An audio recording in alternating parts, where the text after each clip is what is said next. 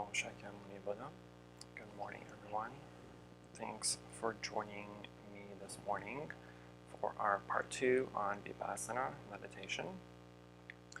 I sort of covered the first part a couple weeks ago for the Sunday service talk, since I was unable to do the class on Saturday before that. So I'm kind of wrapping up some information about Vipassana meditation, and then after the talk we'll go ahead and do our meditation together. I'll start it off with some guided meditation for at least 5 minutes or so, just to help you kind of get into the mood and know and give you an idea of what we're doing during the meditation for Vipassana. So continue on that, just to kind of summarize quickly and generally, Vipassana meditation, or sometimes called, or usually called, insight meditation, is really the meditation to help us see things as they truly are, right? So, simply said, or put, that means seeing things with the feeling or the sensation or the thought as it really is, without the extra talk, without the storytelling that we typically give our thoughts, right? Usually, habitually, what happens is when we are, just trying to meditate, or we're doing something in particular, if we hear a sound or we feel something or whatever it may be, we typically ask ourselves what is it, where it's coming from, who it is, what's happening, etc. So that's typically what we habitually do when we hear, see, or feel things, right? But with Vipassana meditation, what we are trying to accomplish is avoiding that. So instead of giving a story to the noise that we hear outside, we simply just acknowledge the noise and experience the noise, be mindful of the noise, without giving that story, without entertaining the thought of whatever imaginary story we give it to it, right? So we typically try to do that during any type of meditation, right? So during other sessions of meditation, through all the other classes that we've been to together, we've mostly concentrated on concentration, right? Samatha meditation, concentration meditation. So we've been concentrating on our breath. We've been concentrating on a mantra or walking meditation or visualization meditation. We've given you different forms, different techniques of meditation. And during all that, I've kind of dipped a little bit of Vipassana in there. So whenever I mentioned about labeling things, so if you hear a noise or a feeling or whatever, we're labeling it real quick and then kind of moving on and going back to our object of meditation. But with Vipassana, we're explicitly doing just that. Like, that is our whole process of meditation. It is just observing our body, observing the thoughts that may arise, observing the feelings that may arise in our body, and simply just acknowledging and experiencing, being mindful of the feeling or thought, and letting it go and kind of moving on. So when we are meditating for Vipassana, or meditating during Vipassana,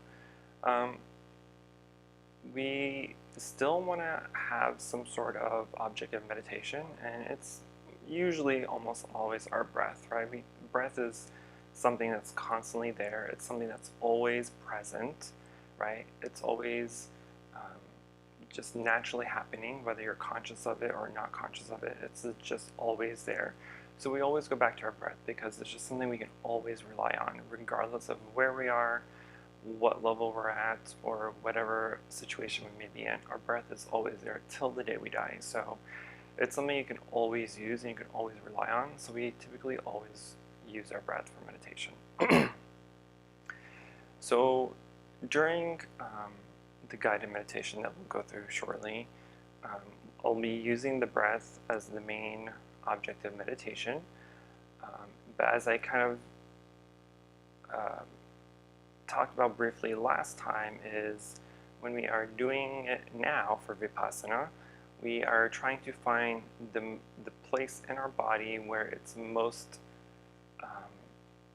where we can sense the breathing most, right?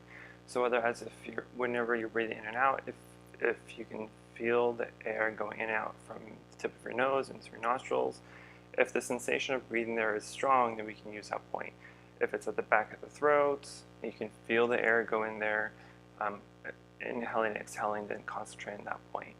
Or if it's more prevalent in the abdomen area or in the chest, as the chest rises and falls, then concentrate there. So wherever you feel you can sense your breathing most, we're going to use that area for your object meditation during our session today. So typically when we're breathing or when we are meditating on our breath, we mention counting, right? We're counting our breath. But now we're not counting our breath. We are simply observing the breath. We are just experiencing how our body feels the air, how we can sense the feeling of the air coming in and out, what we're experiencing. We can give ourselves cues like in and out or rising and falling for our chest or abdomen to help you kind of guide the concentration there.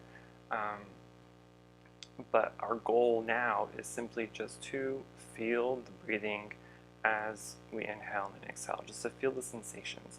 So if there's tingling, if you feel warmth or cold or itching or anything like that, we are simply just observing, we're experiencing the sensations. We are not giving it a story. We are not thinking of anything in the past or the present or the future. Sorry, we are thinking of the present, but we're not thinking about the past or the future. We are simply just observing and experiencing, being mindful of our breathing.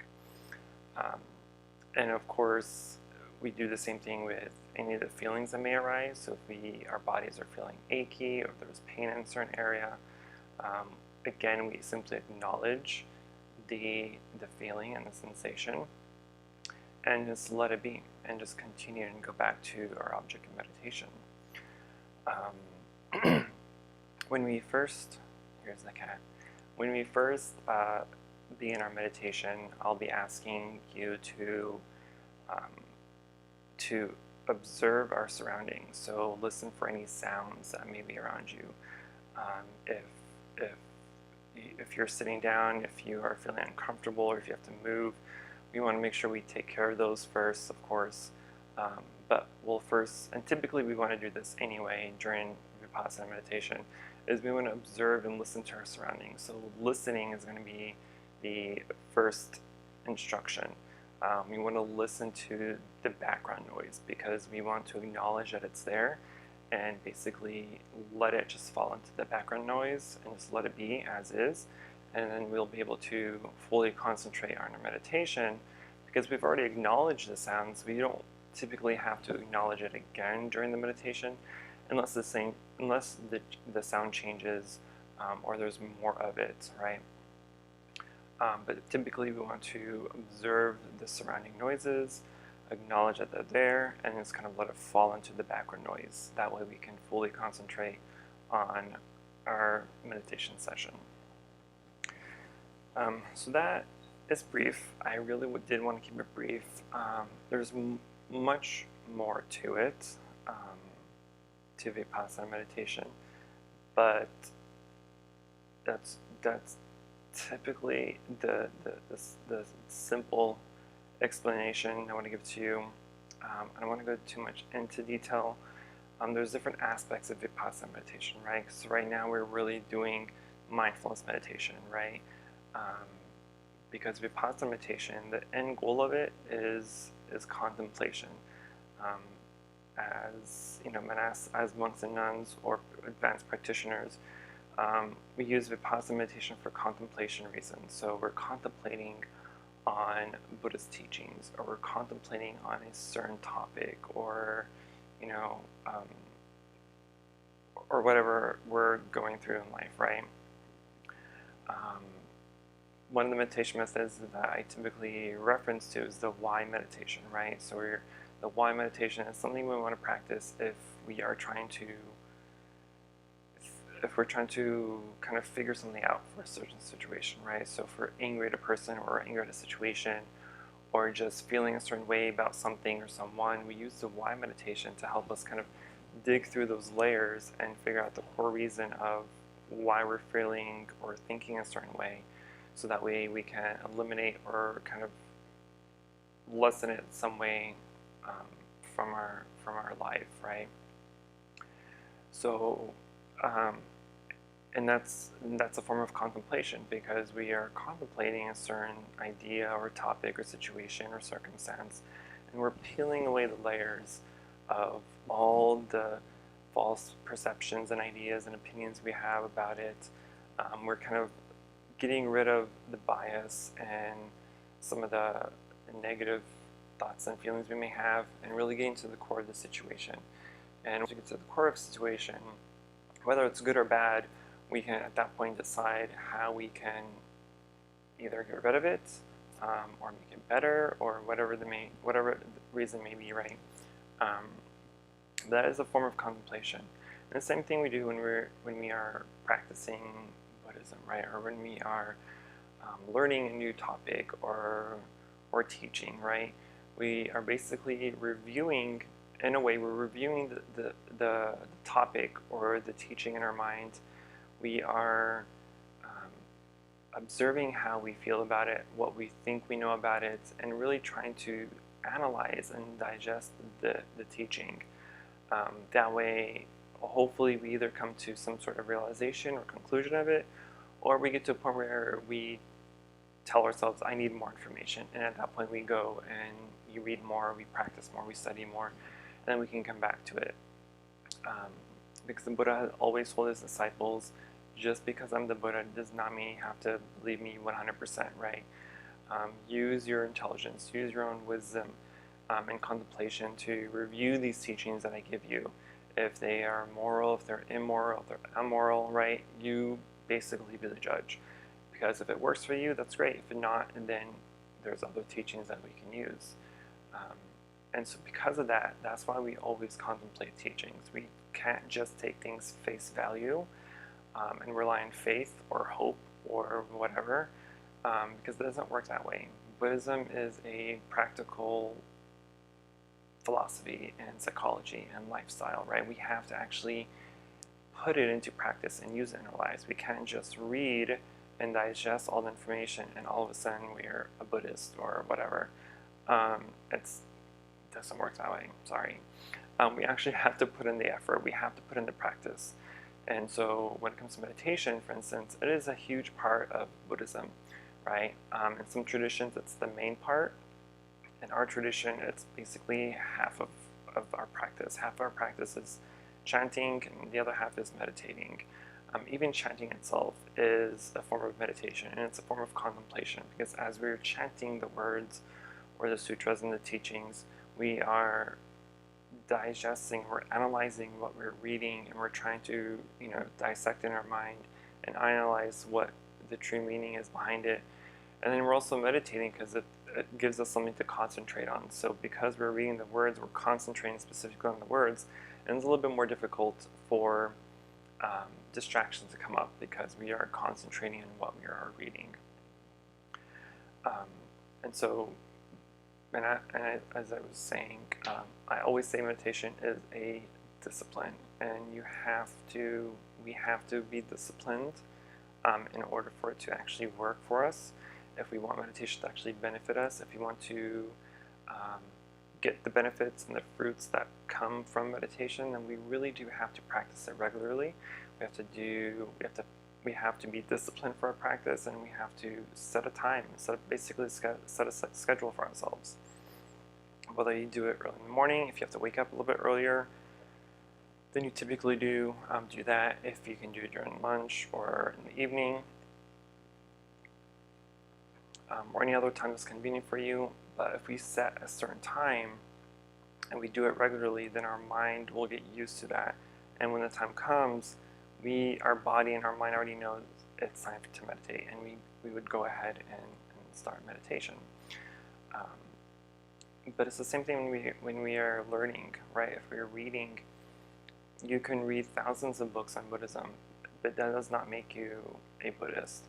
You may be you may have the book knowledge, but you don't have the practical knowledge, and you have to practice in order to really experience what's going on. I can sit here and tell you about high levels of consciousness and all these different higher levels of meditation all I want, but until I've experienced those, my explanation or my description or my teaching is going to be very superficial, and it's not going to benefit anybody. So I would never teach anything that I have never experienced or practiced. So, and it's the same thing with anybody else, right? So even if you're a layperson, if unless you've practiced it, unless you've practiced meditation, unless you have put in the effort and put in the time and put in the knowledge and the study, and there's really no way you can explain Buddhism or meditation or any other topic to anybody else if they ask you the questions. Because you may have that book knowledge, and then if you start explaining what Buddhism is to somebody based on stuff you've read, then you're just going to sound like a robot. You're just going to sound like a textbook, right?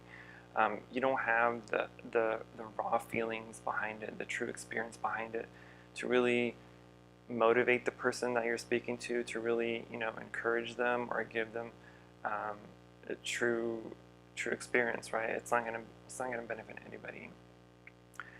So I have one off topic as usual.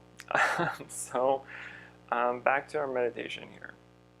So we will sit for 30 minutes. So if you're able to sit for at least 30 minutes here with me to do our Vipassana meditation today, I will at least give maybe 5 minutes of guided meditation in the beginning, just to help you get into what to do.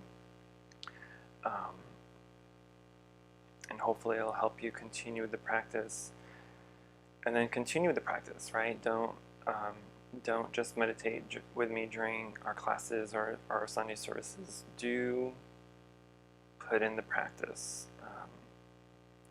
because it may take a while for any of the benefits to really manifest, but they will manifest, and they may be very subtle at times where you really don't, you may not feel the difference or see the difference, but other people will. But it is those subtle changes, those subtle benefits that really will help you in the long run. But we do have to put in the effort and the practice and the discipline to actually benefit from it. So let's go ahead and adjust ourselves, sit comfortably, try to get as comfortable as possible. We do want to try to move or not move as much as possible during our session. So if you're sitting on the ground or on the floor, adjust yourself comfortably, making sure that your back is straight. As mentioned, the best thing to do is always to lift both of your arms above your head, stretching all the way up, and then just bringing your hands slowly down to your lap or to your knees. That way you'll have, your back will be as straight naturally as possible. And then just adjust yourself, keeping your shoulders back. For Vipassana meditation, it's probably the only time where I encourage to actually keep your eyes fully closed, because it will help us to kind of, in a way, sense more or feel more of our breathing as we do it. But if you do find yourself being drowsy or falling asleep, just you can slightly open your eyes if need be.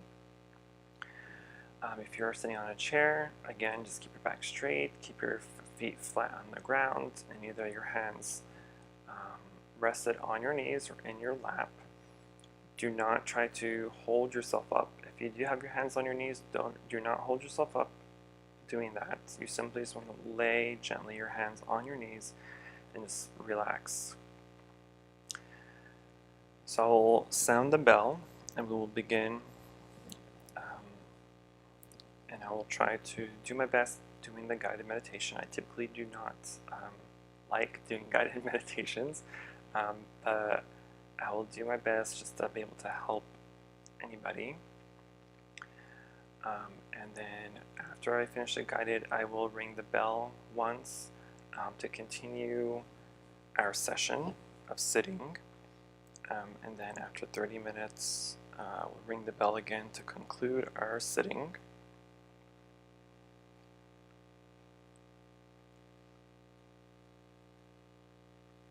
Trying to set a timer here. Alright, so let's sit comfortably.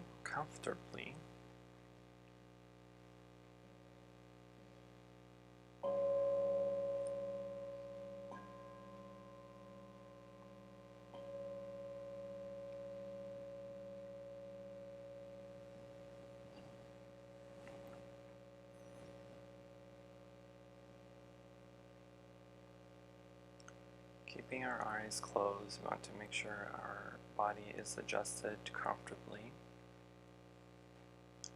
Let's start by taking in and out 3 deep breaths from our nose.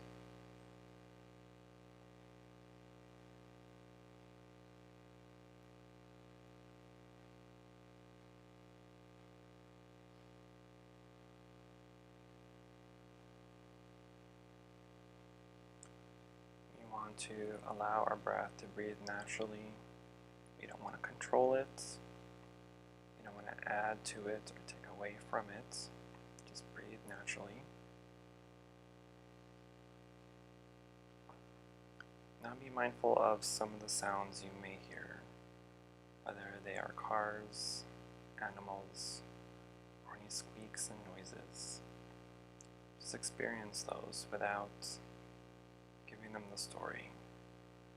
Don't ask yourself where it's coming from, who or what it is, or why it's there. Simply just be mindful of the noise and let it sit in the background.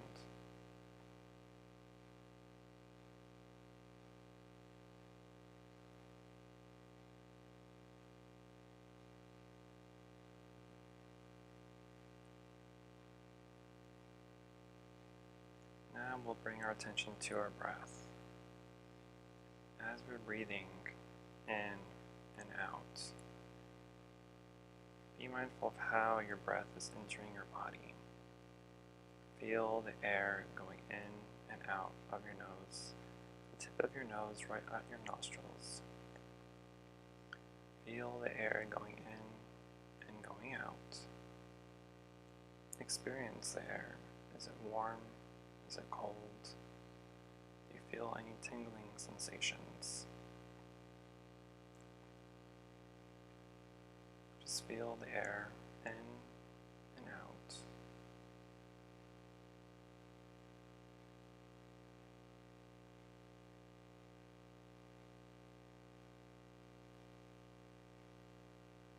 If it helps, you can add some labels to it, so we can say in, out, in, out.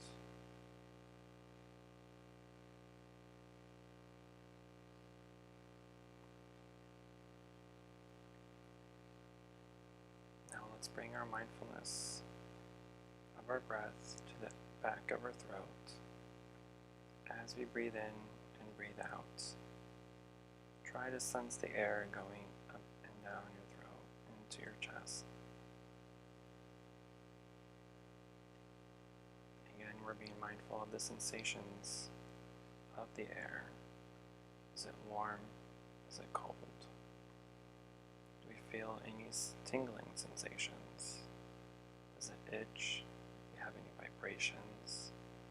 Simply experience and be mindful of it. And allow it to go.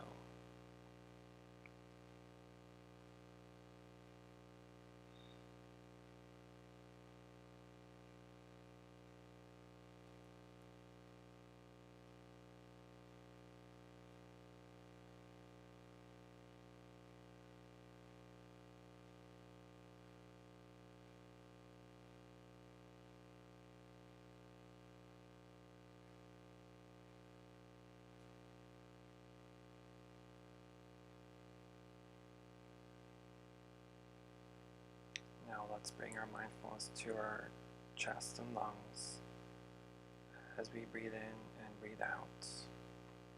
Feel the sensations of air expanding your lungs as you breathe in and breathe out. Experience the sensation and the mindfulness of your chest rising and falling as you breathe in and breathe out. Again, we will experience the sensations, any tingling or vibration as we breathe in, breathe out.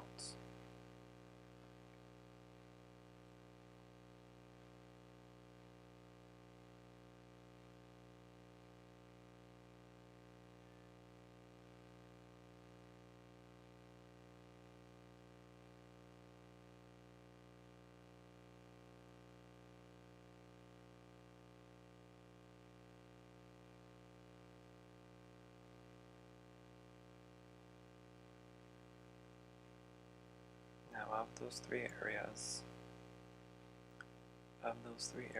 whether your nose, the back of your throat, on your chest,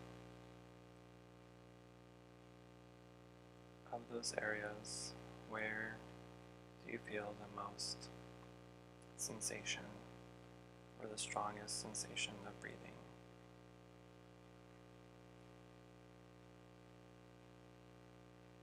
Once you have that, that will be your focus area for your entirety of the meditation session. So whether it's the tip of your nose, the back of your throat, or your chest and lungs rising and falling, wherever the sensation of breathing is strongest, you'll keep our focus there. And for the duration of the meditation, just feel the sensations, experience, and be mindful of your breathing. You may say in and out, or rising and falling if you need to.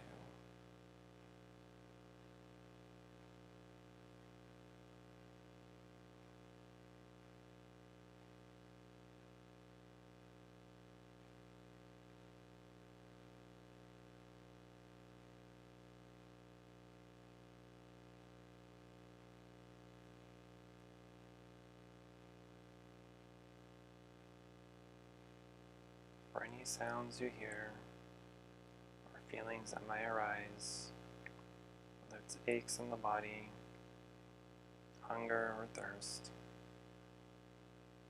just be mindful of them, let it go, and go back to your breathing.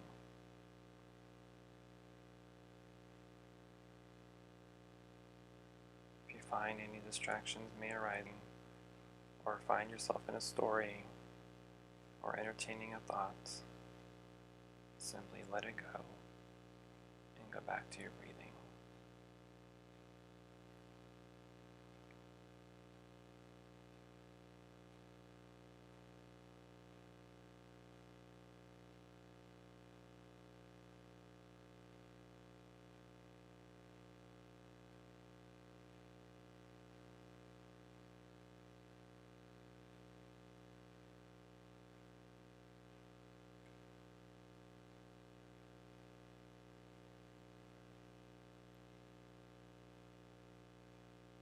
I will now sound the bell so that we may continue our session in silence.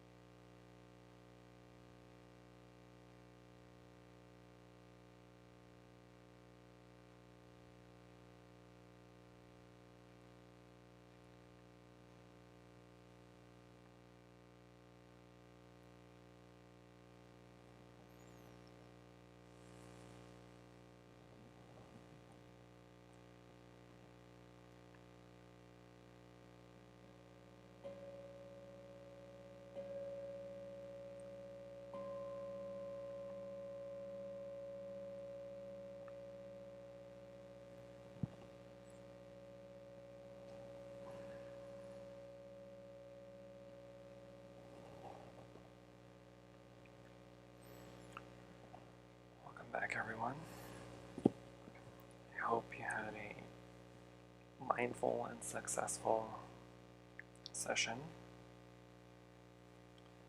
The one thing I forgot to mention during the guided part was to be mindful or be conscious of any movements you may make.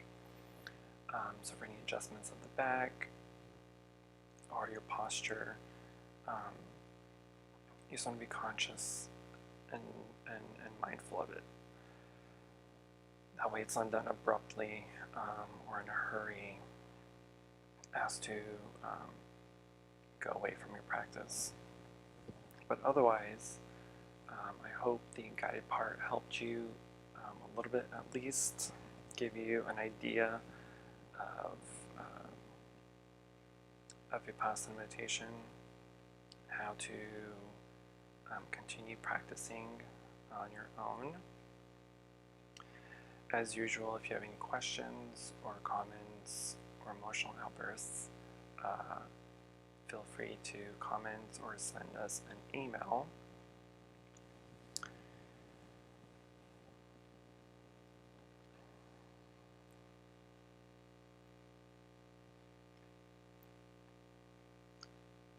Otherwise, if I talk anymore, I'll go on for another hour, so I will stop there. So I do hope our session helped you, at least give you an idea as to how to practice generally in beginner's kind of way Vipassana meditation. There are hundreds of guided meditations on YouTube, I'm sure. So if guided meditation is what helps you most, continue with it, of course. Find a video somewhere. There are lots of different guided meditations, different lengths of time. So I encourage you to experiment with different ones. Some of them are more detailed than others, some are pretty basic. So find what works for you best. I encourage, at least if you are going to do a guided meditation, at least a 20 or 30 minute minimum guidance. You've been practicing here together for the most part, usually 30 minutes at least. So hopefully that's not too much of time for you. I do, at least to me, Vipassana meditation, time goes by pretty quickly, faster than usual if you're just doing like concentration, because it is a meditation of experience, of sensation, of mindfulness. So this kind of help, at least for me, pass the time pretty quickly. But hopefully that helps. That gives you a general idea of what to practice, how to practice it. Again, please leave me any comments or questions you may have so I can try to answer them for you. Otherwise, that will conclude our class for today. Please join me tomorrow for our Sunday service at 12:30 p.m. Central Time, every Sunday. Our next meditation class, as usual, will be the second Saturday of next month, so the second Saturday of August and fourth Saturday of August. Also, I'd like to announce that on August 30th, is a Sunday, at 10 a.m. we will celebrate Ulambana virtually, of course, since we still cannot celebrate it physically or in person yet. But do join us for Ulambana. It is one of the most special holidays in Buddhism. So we will celebrate that together on August 30th at 10 a.m. or roughly around 10 a.m. So if you're able to join us for that, please do. Otherwise, Namo Shakyamuni Buddha.